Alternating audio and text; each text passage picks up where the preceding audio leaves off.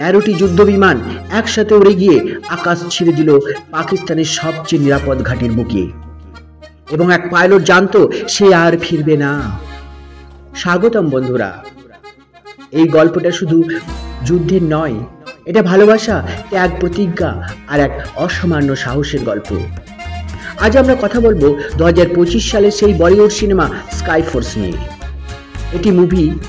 একটি মুভি যা আপনাদের চোখে জল এনে দেবে, একটি ঘটনা যা সত্যি কিন্তু সিনেমার চেয়েও বড়। ভারত পাকিস্তানের যুদ্ধে উত্তাল হয়ে উঠেছে, রাত গভীর কিন্তু ঘুম নেই দেশের সীমান্তে। হঠাৎ করে এই সিদ্ধান্ত, প্রতিশোধ নেওয়া হবে, আর এই প্রতিশোধের নাম স্কাই ফোর্স। 13টি যুদ্ধ বিমান একসাথে উড়ে যায় আকাশ চিরে। লক্ষ্য পাকিস্তানের সবচেয়ে নিরাপদ ঘাঁটি সারগোধা এয়ারবেস। এই অপারেশনের নেতৃত্ব ছিলেন একজন সাহসী অফিসার, ইয়ং কমান্ডার ওপি তানেজা। এই চরিত্রে অভিনয় করেছেন অক্ষয় কুমার, যার চোখে ছিল সংকল্প আর মনে শুধুই দেশ। তীব্র উত্তেজনা, স্নায়ুর টান আর এক ঝাঁক বীর পাইলট। হয়তো এটাই তাদের জীবনের শেষ উড়ান, তবু কেউ পিছু হটেনি।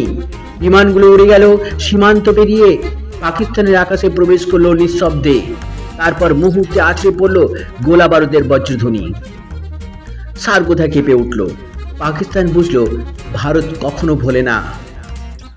এই অভিযান ছিল স্কোয়াড্রন লিডার দেবাইয়া। তার চোখে ছিল শুধু একটাই লক্ষ্য, দেশ। তিনি আকাশের মুখোমুখি হন এক পাকিস্তানি স্টার ফাইটারের সাথে। একটি একক যুদ্ধ, একটি বিপজ্জনক সংঘর্ষ। দেবাইয়া তাকে ধ্বংস করে, কিন্তু নিজের জীবন দিয়ে। শেষ মুহূর্তে তিনি বলেছিলেন, আমি জানি আমি ফিরবো না, কিন্তু আমার কাজ আমি শেষ করবই। এই ডায়লগটি পর্দায় শুনে অনেক দর্শকই কান্না থামাতে পারেনি। মুভির সবচেয়ে আবেগ ঘন দৃশ্য, যখন দেবায়া স্ত্রী দিনের পর দিন খবরের আশায় বসে থাকেন। ঘর জুড়ে শুধু নীরবতা, তার চোখে শুধুই প্রশ্ন।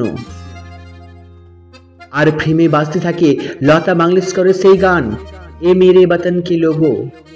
এই মুহূর্তে কেউ থাকতে পারে না, হৃদয় গলে যায়, চোখ ভিজে যায়। তনিষ্ক বাগচির সঙ্গীতে মায়ে এবং তু হ্যায় তো मैं हूं গানগুলো মুভির আবেগকে করে তোলে হৃদয় বিদারক।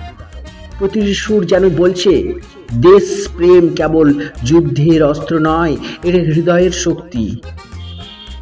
ইয়ং কমান্ডার আহুজা 20 বছর ধরে খুঁজছেন সত্য। তার অনুসন্ধান যেন এক প্রতিজ্ঞার প্রতিচ্ছবি। মুভির শেষ দৃশ্যে দেবায়াকে মরণোত্তর মহাবীর চক্র প্রদান করা হয়। এই মুহূর্তে হলে দাঁড়িয়ে সকলে করতালি দিতে থাকে, দর্শকদের চোখে জল। আমাদের আজকে অন্তর্বিনার মুভিরিকা এখানেই শেষ করছি। আবার দেখা হবে বন্ধুরা নতুন কোনো মুভির গল্প নিয়ে। ধন্যবাদ সকলকে, অসংখ্য ধন্যবাদ। জয় হিন্দ, বন্দে মাতরম।